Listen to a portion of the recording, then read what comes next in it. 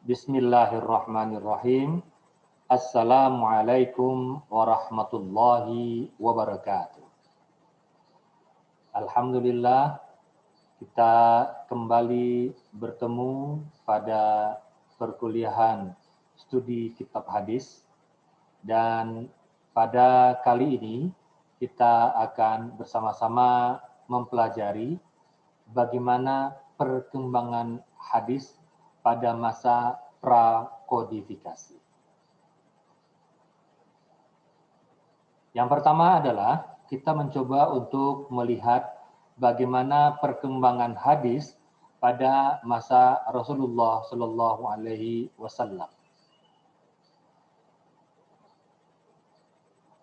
Di sini kita mencoba untuk melihat bagaimana usaha dari Rasulullah Shallallahu Alaihi Wasallam ketika beliau hidup yang berkaitan dengan hadis.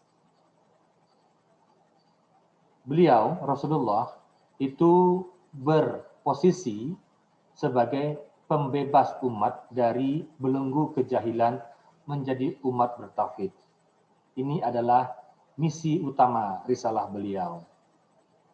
Di sini beliau bersifat atau memposisikan diri sebagai pembimbing, sebagai pendidik, dan juga sebagai pengasuh.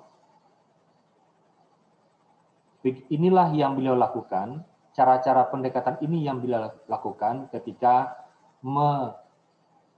menyampaikan risalah beliau kepada para umatnya ketika itu. Beliau akan muncul sebagai pembimbing, dikala waktu akan muncul sebagai pendidik, dan juga akan muncul sebagai pengasuh. Dan juga yang kedua, usaha beliau adalah penyempurna kehidupan berbudaya. Ya. Apa yang beliau lakukan? Yakni beliau melakukan pembinaan kerukunan bermasyarakat, kemudian menyempurnakan sistem sosial, dan menentukan pola-pola kehidupan yang batil dan yang hak. Kemudian, risalah utama beliau juga adalah pembawa utama syariat Islam untuk disampaikan kepada umatnya. Nah, dalam menyampaikan ajaran Islam, Rasulullah tidak membentuk lembaga formal. Jadi, ketika beliau menyampaikan risalah ataupun wahyu yang Allah berikan kepada beliau, kepada para sahabatnya, itu beliau tidak membuat sebuah lembaga formal. Ya, itu beliau lakukan secara spontan dalam waktu-waktu yang beliau tidak buat secara khusus, tapi itu dilakukan dalam kajian-kajian ataupun dalam majlis-majlis beliau. Itu artinya adalah bahwa Rasulullah tidak terikat dalam menyampaikan ajaran Islam oleh waktu, tempat, situasi, dan kondisi. Kapan saja, di mana saja, kepada siapa saja, Nabi Muhammad SAW akan menyampaikan ajaran beliau. Ya, tidak ada waktu khusus, tidak ada tempat khusus, tidak ada situasi khusus, dan tidak ada kondisi khusus bagi beliau dalam menyampaikan risalahnya. Dan Rasul juga menyampaikan ajaran Islam kepada siapa saja, laki-laki, perempuan, tua dan muda. Ya, beliau tidak membedakan. Jadi kepada siapa saja yang beliau memang harus menyampaikan ajarannya, maka beliau akan sampaikan. Jadi tidak membentuk lembaga formal, artinya bahwa tidak terikat oleh ruang dan waktu, dan juga tidak terbatas kepada siapa saja. Kemudian, beliau juga melakukan usaha untuk membentuk sistem persaudaraan dengan ukuran-ukuran ketauhidan dan ketaatan serta kecintaan. Maka di situ muncullah ada golongan sahabat, ada tabi'in dan tabi'in. Ya, bahwa sistem persaudaraan itu ukurannya adalah ketauhidan dan ketaatan serta kecintaan. Bukan karena kesukuan, bukan karena kelompok ataupun apapun itu, tapi sistemnya karena tauhid, ketaatan, dan kecintaan. Nah, model khas pendidikan ala Rasulullah SAW itu adalah sebagai berikut. Ya. Pertama, Rasul dalam menyampaikan ajaran Islam tidak beruntun. Artinya maksudnya adalah tidak memiliki kurikulum khusus yang terencana. Ya, beliau menyampaikan ajarannya itu secara spontan sesuai dengan kebutuhan orang yang didakwahi. Dan ini juga tentu terkait dengan bagaimana Al-Quran turun, bahwa disampaikan sesuai dengan kondisi dan situasi. Mengapa demikian? Karena khawatir terjadi kejenuhan, kemudian sangat memperhatikan tingkat kemampuan para pengikutnya, lalu kadang tergantung dengan pengikutnya yang datang dari Rasul. Kemudian, apa konsekuensinya dari itu semua? Bahwa ada sahabat yang selalu dekat dengan Rasul, mengikuti kemana beliau pergi.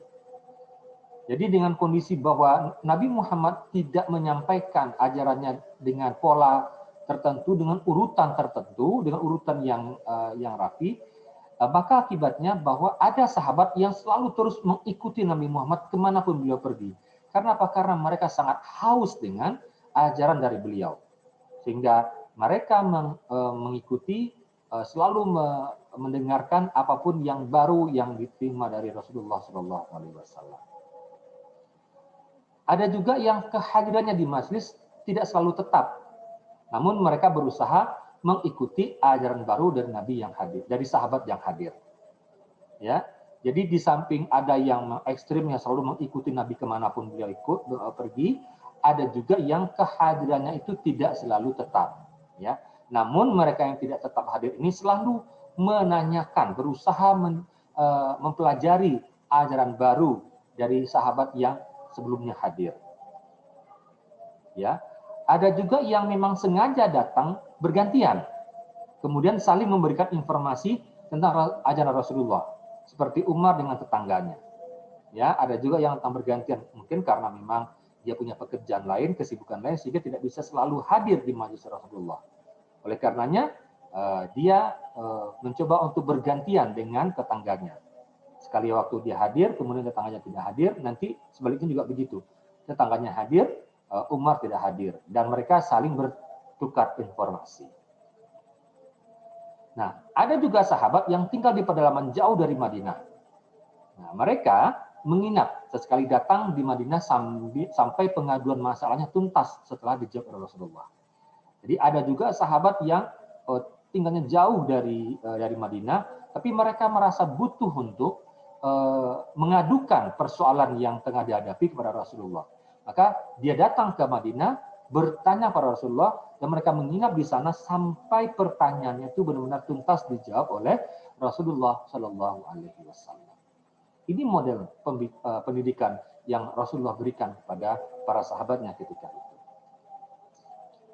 Nah, cara-cara yang ditempuh Rasulullah SAW dalam menyampaikan pendidikannya, pertama, metodenya informatif, ya, yakni segala sesuatu yang disampaikan dengan pembicaraan dalam tempo yang rendah, pelan-pelan, agar dapat dipahami dan ditangkap secara sempurna, bahkan sampai diulang sampai 3 kali. Ya.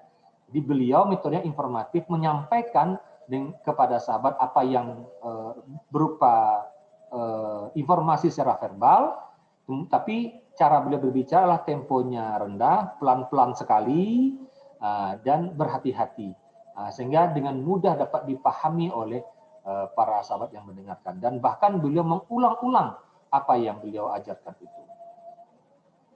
Ada juga metode dialogis, yakni berdialog langsung dengan umatnya atau pihak lain, seperti Jibril, yakni ada pembicaraan, ada dialog antara Nabi Muhammad dengan pihak lain. Ada juga metode delegatif, yakni melimpahkan urusan kepada sahabatnya yang dipercaya. Apa-apa yang dilakukan oleh sahabatnya yang tidak diridhoi Rasulullah dapat dikategorikan takrir.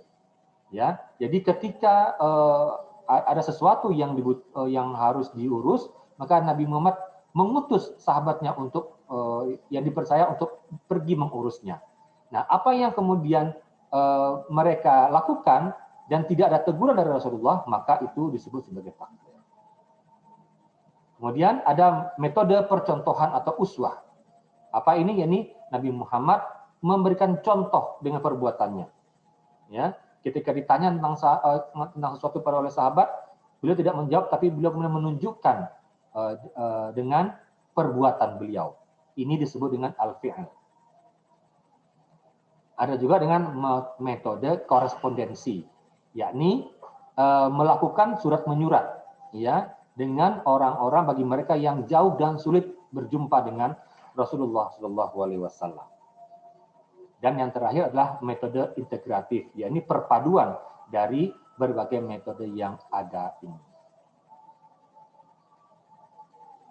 Nah, singkatnya bahwa para sahabat menerima ajaran dari Nabi Muhammad berupa hadis dengan mengandalkan kepalanya, ya, melalui metode satu musyafahah, dua musyahadah, ketiga sima' ala ghairihi, ya, yakni dengan cara musyafahah ini bertemu langsung dengan Rasulullah, musyahadah itu melihat apa yang Nabi Muhammad lakukan, dan juga dengan sima' ala ghairihi ini mendengarkan informasi dari orang lain. Nah, oleh karenanya lalu, bagaimana perkembangan penulisan hadis pada masa Rasulullah SAW? Ya, disinilah kemudian terjadi persoalan. Ya, di masa Nabi Muhammad, beliau melarang penulisan hadis. Ini berdasarkan hadis beliau yang berbunyi, la taktubu anni ghairal Qur'an, wa man kataba anni ghairal Qur'an falyamhahu. Riwayat Muslim. Yang artinya, janganlah kamu tulis apa-apa yang kamu dengar dari aku selain Al-Quran. Dan barang siapa yang telah menulis sesuatu dariku selain Al-Quran, hendaklah dihapuskan. Ya, jadi di sini bahwa Rasulullah SAW melarang sahabatnya untuk menulis apapun yang keluar, yang bersumber dari beliau selain Al-Quran, selain wahyu Allah SWT. Ya, maka dengan demikian tidak boleh menuliskan hadis pada masa Rasulullah. Beliau larang itu terjadi. Namun ini terjadi sedikit kontradiksi dengan hadis beliau yang lain.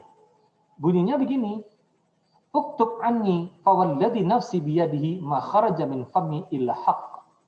Ya, artinya tulislah apa yang kamu dengar dariku. Demi Tuhan yang jiwaku di tangannya, tidak keluar dari mulutku selain kebenaran. Nah, hadis yang pertama tadi menunjukkan bahwa Rasulullah melarang sahabatnya untuk menuliskan apapun yang keluar dari diri beliau selain Al-Quran. Tapi di sini justru beliau menyilahkan, silahkan tulis apapun yang keluar dariku. Karena yang keluar dariku tidak lain melainkan adalah kebenaran yang berasal dari Tuhan Allah Subhanahu wa taala. Nah, bagaimana cara kita menyikapi kedua hadis ini? Ya, kita lakukan kompromi terhadap hadis ini. Bahwa yang pertama, larangan menulis hadis itu terjadi di awal Islam untuk memelihara agar hadis tidak bercampur Al-Quran. Jadi pada dasarnya bahwa larangan menulis hadis itu terjadi pada masa awal Islam. Ya, apa tujuannya? Agar hadis tidak bercampur dengan Al-Quran. Nah, kemudian larangan menulis itu bersifat umum. Hanya bagi yang pandai menulis bisa menuliskan hadis. Ya, bagi yang memiliki kehafalan yang bagus maka sebaiknya dia menghafalkan. Gitu. Dan bagi yang tidak memiliki kemampuan hafalan yang bagus, dia boleh menuliskan untuk dirinya sendiri. Ya, jadi larangan menulis hadis itu ditujukan kepada yang lebih kuat hafalannya. Bila tidak kuat hafalannya, dibolehkan untuk menuliskan hadis. Ya, jadi kesimpulannya adalah bahwa hadis pada masa Rasulullah SAW belum ditulis secara resmi. Beberapa sahabat menulis untuk kepentingan pribadinya saja, bukan penulisan hadis secara resmi yang diperintahkan oleh Rasulullah sebagaimana halnya pada Al-Quran. Ya, kalau penulisan Al-Quran itu Nabi buat timnya sendiri yang memang itu adalah resmi dari Rasulullah. Sementara hadis beliau larang timnya untuk menuliskan siapapun kecuali bagi mereka-mereka yang memiliki kebutuhan khusus untuk menuliskan hadis. Pada dasarnya bahwa hadis pada masa Rasulullah itu belum ditulis. Nah, masuk pada masa sahabat, di sini kita sebelum masuk ke bagaimana perkembangan hadis masa sahabat, kita pahami dulu siapa itu sahabat. Ya, sahabat adalah orang yang berjumpa Nabi Muhammad SAW, beriman dan meninggal dalam keadaan mukmin. Ya, jadi sahabat itu orang yang berjumpa dengan Nabi Muhammad. Itu syarat pertama, harus pernah berjumpa dengan Nabi Muhammad. Yang kedua, dia tuh beriman, ya, dan juga meninggal dalam keadaan mukmin. Maka ketiga syarat ini jikalau tidak terpenuhi, maka dia bukan disebut dengan sahabat. Ya, meskipun dia beriman dan meninggal dalam keadaan mukmin, tapi belum pernah berjumpa dengan Nabi Muhammad, maka itu bukan sahabat Nabi. Atau dia berjumpa dengan Nabi, beriman dengan Nabi, tapi meninggal dalam keadaan bukan Islam, bukan mukmin, maka dia bukan sahabat. Begitu juga dengan begini, dia berjumpa dengan Nabi, ya, tidak beriman dengan ajaran Nabi Muhammad, maka dia bukanlah sahabat Nabi. Nah, bagaimana perkembangan hadis di sini? Kita lihat dulu dari perjumpaan sahabat dengan Rasulullah SAW. Ya, nah, para sahabat itu ada yang selalu berjumpa dengan Nabi terus-menerus. Setiap saat, setiap hari mereka bertemu dengan Rasulullah. Ada juga yang sesekali waktu saja, hanya manakala ada urusan tertentu. Jadi tidak rutin setiap hari, setiap waktu bertemu dengan Nabi Muhammad. Ada juga yang selalu bergantian. Ya, hari ini gantian, hari ini dia hadir, kemudian nanti sahabat temannya yang lain tidak hadir. Besok gantian, temannya itu datang, dia yang tidak datang, gitu. Nah, maka hal ini mempengaruhi pada sifat khusus para sahabat. Jadi ada sahabat itu yang kuat hafalannya. Nah, ada juga sahabat itu yang kesetiaan dan cinta kepada Nabi Muhammad luar biasa. Mereka inilah yang terkenal dengan sebutan as-sabiqunal awwalun, salafus saleh generasi pertama. Ya, mereka-mereka yang langsung menyatakan keimanan kepada Nabi Muhammad, terus membela Nabi Muhammad sampai merelakan nyawanya demi cintanya kepada Nabi Muhammad SAW. Itu sifat khusus para sahabat. Kuat hafalannya, setia dan cinta pada Nabi Muhammad luar biasa. Juga memiliki pribadi yang dapat sentuhan bimbingan langsung dari Nabi Muhammad. Ya, mereka adalah pribadi yang mendapat sentuhan bimbingan langsung dari Rasulullah Shallallahu Alaihi Wasallam. Nah, ada beberapa kasus yang terjadi setelah Rasulullah wafat. Apa itu? Pertama adalah problem penerus atau pengganti Rasulullah. Kita tahu dalam bahasan dalam sejarah peradaban Islam bahwa terjadi memang kekisruhan ini tentang siapa pengganti Rasulullah. Maka dilakukan itu musyawarah, ada juga berkaitan dengan wasiat yang Nabi Muhammad tinggalkan, dan mereka beranggap bahwa yang namanya Rasulullah itu adalah pemimpin agama dan dunia. Ya, oleh karenanya pengganti beliau, ya, itu juga adalah orang yang memiliki kemampuan sebagai pemimpin agama dan juga dunia. Yakni mereka yang ulama dan juga umara. Rasulullah memiliki sifat ini, dan maka problem ini sangat mengganggu ketika setelah Rasulullah wafat, siapa orang yang tepat untuk menggantikan Rasulullah dengan cara-cara seperti ini. Nah, maka setelah Rasulullah wafat itu juga masalah yang lainnya terjadi adalah adanya yang murtad, ya. Jadi mereka menganggap bahwa imam itu hanya Rasulullah, bukan yang lainnya. Jadi begitu Rasulullah wafat, tidak ada penggantinya, maka kemudian keluar dari ajaran Islam. Ya. Nah, disinilah sebagai awal gejala munculnya problem politik. Kemudian adanya persinggungan dengan budaya atau tradisi luar dari Arab semakin intens. Ya, ini kejadian ini salah di antara penyebab terjadinya gesekan-gesekan seperti ini. Nah, yang masalah yang lain adalah bahwa para sahabat sudah menyebar ke berbagai pelosok. Ya, nah ini kemudian menyebabkan bahwa perkembangan hadis semakin mengalami kesulitan. Ya. Nah, maka kondisinya apa? Di sini karena para sahabat sudah banyak yang ada yang berbelot, ada yang murtad, kemudian ada yang sudah pergi kemana-mana, ya, berbagai daerah, maka sahabat kemudian sangat berhati-hati dalam meriwayatkan hadis ketika itu.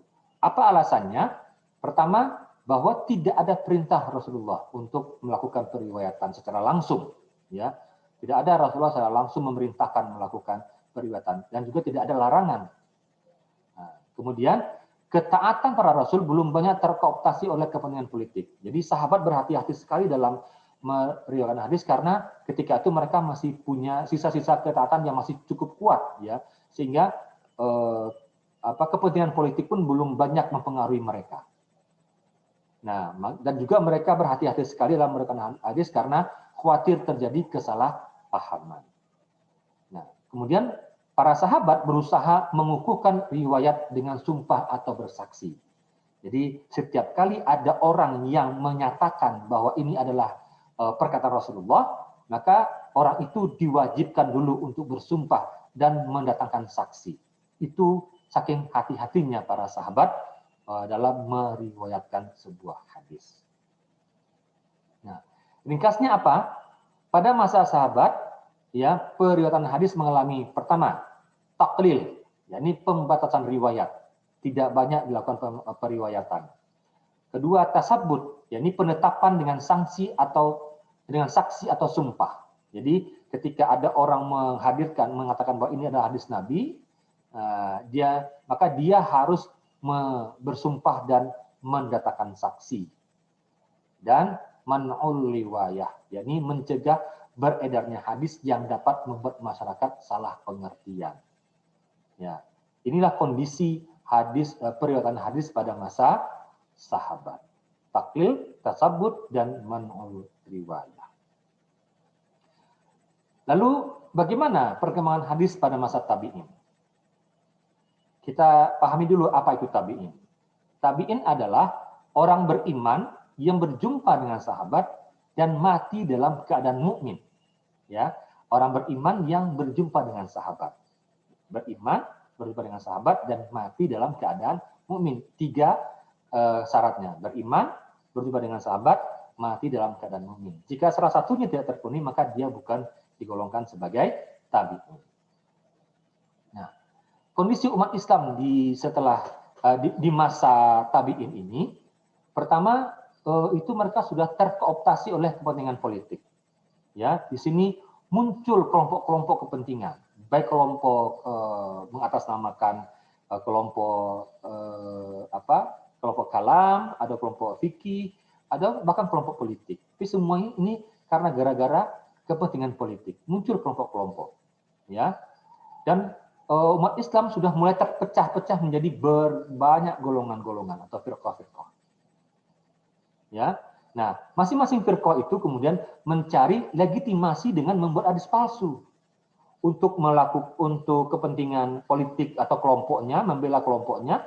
Terus mereka membuat hadis palsu, seolah bahwa Rasulullah mendukung kelompoknya, mendukung pemikiran kelompoknya. Ini terjadi. Jadi pemalsuan hadis itu sudah mulai marak terjadi pada masa tabi'in.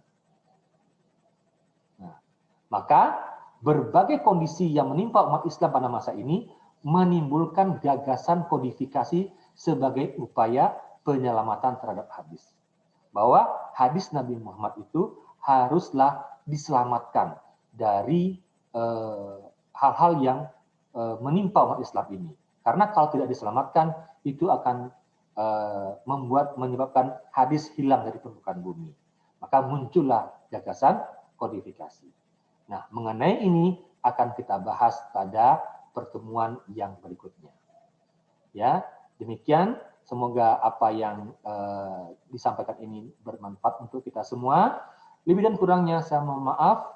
Assalamualaikum warahmatullahi wabarakatuh.